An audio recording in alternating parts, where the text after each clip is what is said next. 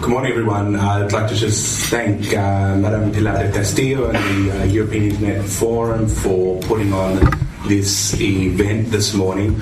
I'm going to be fairly brief in my remarks. I'm just going to go through what I think are some of the sort of headline outcomes from the paper that I put out last year. I'm not going to have a lot to say, at least in this talk, about some of the policy implications, but I think we'll probably get into that in a little bit more detail in the Q&A session afterwards. Just broadly speaking, as I'm sure everyone here knows, the US and the EU, the two world's largest economies, representing approximately 50% of global GDP, 25% of global exports, 30% of global imports. And I just say that to just highlight, I think, the significance of the transatlantic economic relationship. There's approximately 650, 700 million goods trade between the US and the EU annually, around about 4 trillion stock investment between the US and the EU. And so what I'm going to do is I'm going to talk a little bit about the importance of data flows between the US and the EU for this transatlantic economic relationship.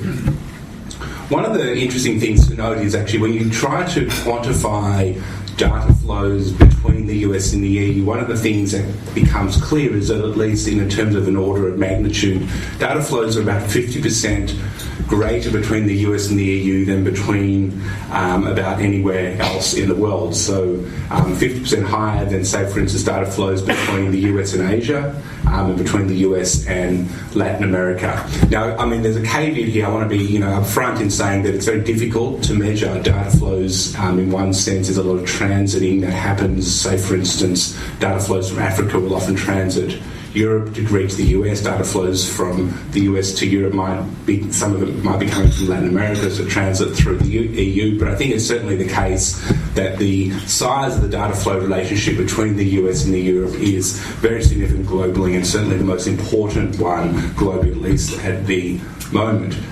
And this data flow relationship is really being underpinned by a whole range of important economic activity, which I'll talk about in a little bit more detail.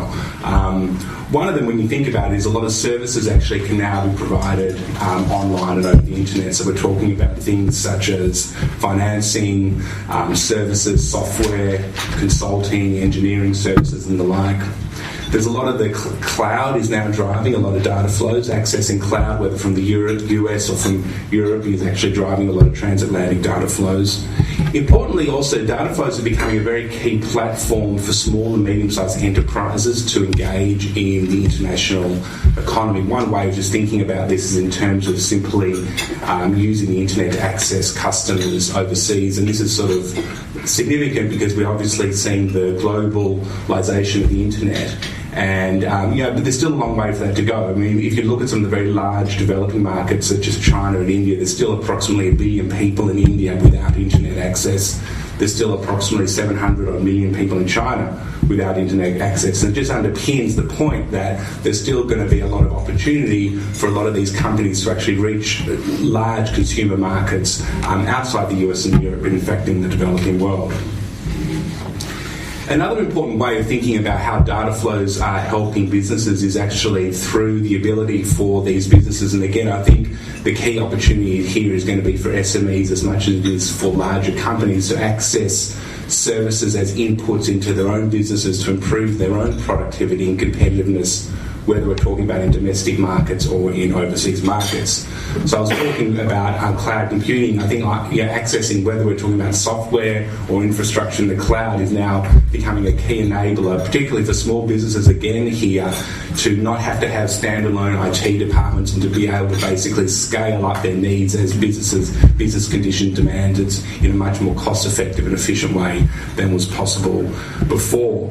And in fact, there's an OECD report which sort of quantifies essentially how access to services as an import is actually correlated quite closely now with export growth. I mentioned the significance of the transatlantic investment relationship, and of course data flows are absolutely key here, whether we're talking about communicating with suppliers, managing dispersed global production units, moving simply HR data amongst units, collaborating on R&D. The list can go on, but I think the opportunities and the needs here for data flows for businesses that are located across the Atlantic are obvious. Now, I mentioned that the data flow bit is important both for services, both for goods. So if we look at the services side, approximately, it's actually quite similar for the US and the Europe. So approximately a third of US exports are services, about a third of European exports are services. If you look at also, in a sense, the value added of services into goods exports, so if you look at the way, say, for instance, a manufacturing company, uses services in the production of, say, for instance, a motor vehicle, whether we're talking about the design and the R&D, we're talking about the access to consulting services, etc. Services exports actually, say, for instance, from the US are approximately 50% or half of US exports are really, in fact, services. So you've got about a third services and the rest are sort of essentially embodied in goods exports. If you look at it from the European side or from the EU side, interestingly, in fact, closer to 55-60% of EU exports are actually services. So, in fact, the opportunities and the importance of this are very significant. And this, I think, underpins a broader point here, which I think is important to make, which is that this is not just sort of a services IT issue. This is a broader sort of global, economic importance one, which sort of crosses economic sectors. So whether you're talking about traditional manufacturing industries, whether you're talking about retail, etc., the importance of access to, data flows essentially is increasingly important. So really everything is internet-enabled today in many respects. So this is a broad economic phenomenon. Now, one of the things, the key thing that I tried to do in this report, which I think has been difficult around this issue, is try to sort of quantify the importance of this for the US and the EU when we're looking at the transatlantic relationship. And so the approach that I took was essentially to work out what services could be delivered online. So it's this phrase, digitally enabled services. And if you look at sort of just this part of it, which is basically digitally enabled services, those services which could be provided online, then what I found, in fact, was that approximately 72% of US services exports to the EU are in fact digitally enabled. And this compares with, say, for instance, 50% of US services to other parts of the world. So quantifying that in terms of dollar figures, was approximately, this is looking at around 2012 figures, around about $140 billion worth of US exports to the EU were digitally enabled. And looking at from EU exports to the EU, the number was around 90 billion. If you broaden this perspective out a little bit and look at sort of digitally enabled services globally, interestingly, you see that the US sort of exports around about $390 billion worth of digitally enabled services, but in fact the EU exports globally much more than that, around about $470 billion worth of digitally enabled services.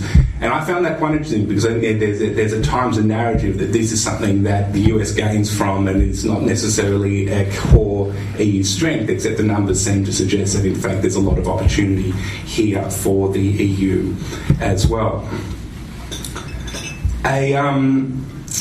Another important part of this is, of course, the as I was mentioning, the fact that services are embodied in goods. So, in fact, we can build out this figure and look not only at digitally enabled services, but also those digitally enabled services that are essentially embodied in goods exports, and then we actually see the numbers actually become even more significant and larger.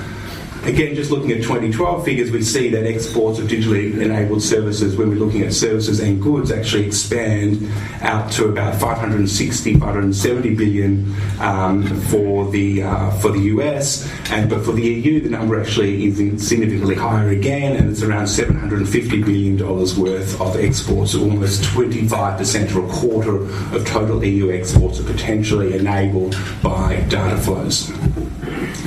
Another bit which I tried to look at in the report here was sort of trying to pick up on this global value chain phenomena.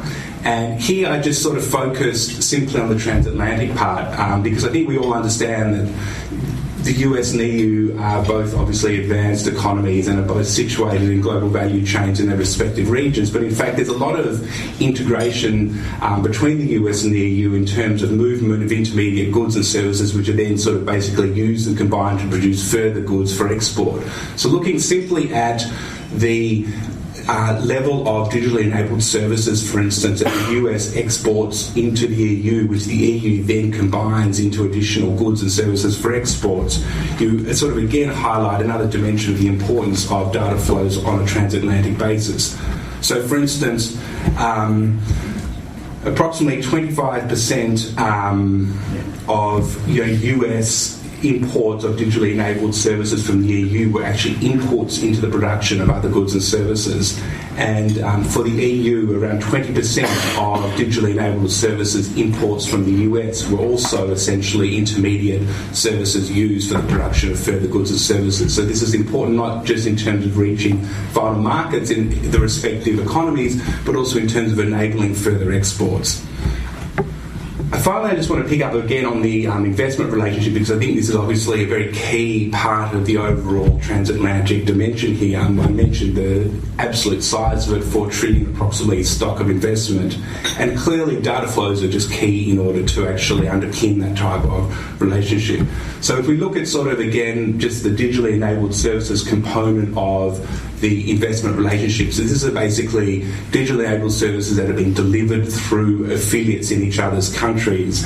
We see that the EU, in fact, delivers through its affiliates in the United States around about $220 billion worth of digitally enabled services into the US. And for the US, it's about $300 billion of digitally enabled services into the EU. So this highlights, I think, simply the fact that this is another component in addition to the trade part, where digitally enabled services and the capacity for data to move freely between the US is key to maintaining and growing that investment relationship transatlantically. Now, as I mentioned at the beginning, I'm not talking about what this means from a policy implication. I just want to conclude with a couple of just very general observations. I think that one of the things that's obvious is that given the size of the US and the EU economies, as I said, 50% of global GDP, and sort of the sophistication and the internet penetration into the US and the EU, what the US and the EU do around data flows is going to be absolutely key, not only from a transatlantic perspective, but also globally. I think we recognise that there are issues where there is disagreement and things are being worked through. There are different approaches to privacy, for instance. But the fact remains that the opportunity is here, I think, for the US and the EU to show leadership on this issue and to make sure that it develops in a way which underpins and maintains this economic relationship going forward. Thank you.